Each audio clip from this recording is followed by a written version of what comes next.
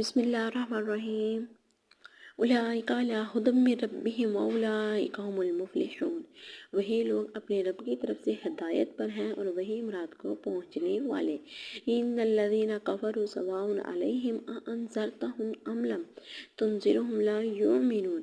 بے شک وہ جن کی قسمت میں کفر ہے انہیں برابر ہے، چاہے تم انہیں ڈراؤ یا نہ، وہ ایمان لانے کے نہیں۔ تو پیارے دوستو، آیت نمبر 5 اور آیت نمبر 6 کا آج آپ نے سورۃ بقرہ کی آیات کا ترجمہ سنا۔